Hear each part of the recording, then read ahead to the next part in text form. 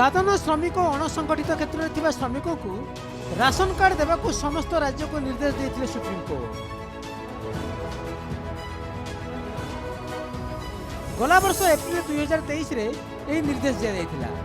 केंद्र ई श्रम पोर्टाल रे पंजीकृत दादन अणसंगठित श्रमिकों को 3 मास भितर राशन कार्ड देवाक महलत देथिला अदालत। हेले आज जाए यह कार्यकारी करा जाय पारलानी। एथिरे क्षोभ झाड़ी अदालत।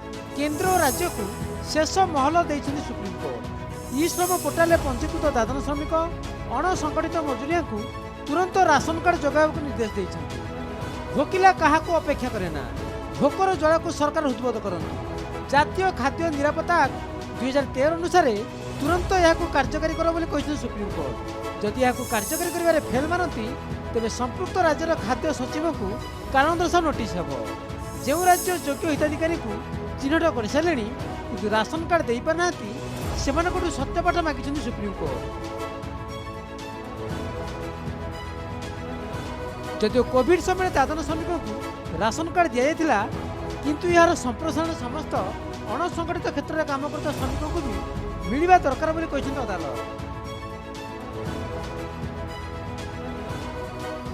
जो मैंने जातीय खाद्य सुरक्षा योजना एजाए अंतर्भुक्त होना खाद्य अधिकार को संविधान धारा 21 सुनिश्चित करने जरूरी।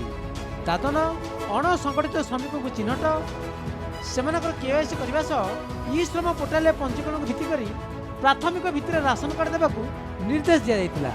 गला शुणाणी रे अतिरिक्त सॉलिसिटर जनरल को केंद्र पक्षर विस्तृत सत्यपाठ मागिथिले कोर्ट। तेबे मामलार पक्षभुक्त वरिष्ठ आईनजीवी प्रशांत भूषण कहिथिले कोर्ट को निर्देश अनुपालन करिपारिनि केंद्र। जातीय खाद्य निरापत्ता आईन सेक्शन 9 अनुसार अपर सेलिंग आरंभ नौछि सरकार। यह कोर्ट निर्देश उल्लंघन करुछि, कारण यह दर्शाଉଛି जे केवल जो माने ई श्रम पोर्टाल रे पंजीकृत होइतेबे सेमानकु केवल राशन कार्ड मिलिबो। सेक्शन 9 अनुसार सहरांचल 50% और ग्रामांचल 75% लोक को राशन कार्ड मिलवा कथा, किंतु केंद्र अतिरिक्त राशन देवाकू राज्य को मना करुछि।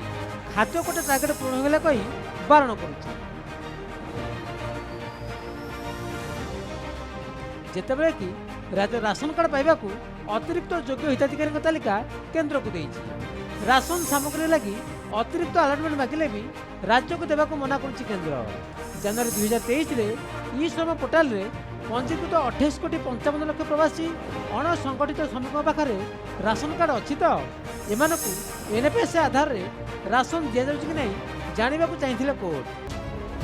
केंद्र सरकार कोर्ट रे जुक्ति रखिछन्ति जे राशन कार्ड इश्यू एक नियमित प्रक्रिया, अयोग्य को बाद देवा प्रक्रिया भी एथिरे संपुक्त। राशन कार्ड हिताधिकारी को चयन रे अनेक अनियमितता भी सामना आसी, सेथिलागि यार उपयुक्त तदारख करबा जरूरी। जस्टिस धुलिया कहिछन्ति केंद्र सेक्शन 9 आड़ रे जो जुक्ति दर्शाऊँगी यह आधार कर किंतु राशन कार्ड कहार को वंचित करा जाय परिबनी। प्रशांत भूषण कहते कर्णाटक में 1,45,000 व्यक्ति राशन कार्ड पाइबा योग्य विवेचित हेले, किंतु केवल 13,945 लोक को मिली राशन कार्ड। कर्णाटक सरकार को एने उत्तर लोड़बार सरकार कही अन्य मानक राशन कार्ड इश्यू करने प्रक्रिया चली। जस्टिस ए अमानुल्ला उत्तर में असंतुष्ट होते यार अर्थ सरकार आउ वर्षे नहीं जाए सरकारी प्रक्रिया लगी से भूखिला रे सरकार खाइबा को देवे बोली वर्षे जाए अपेक्षा करने पड़ो गरीब।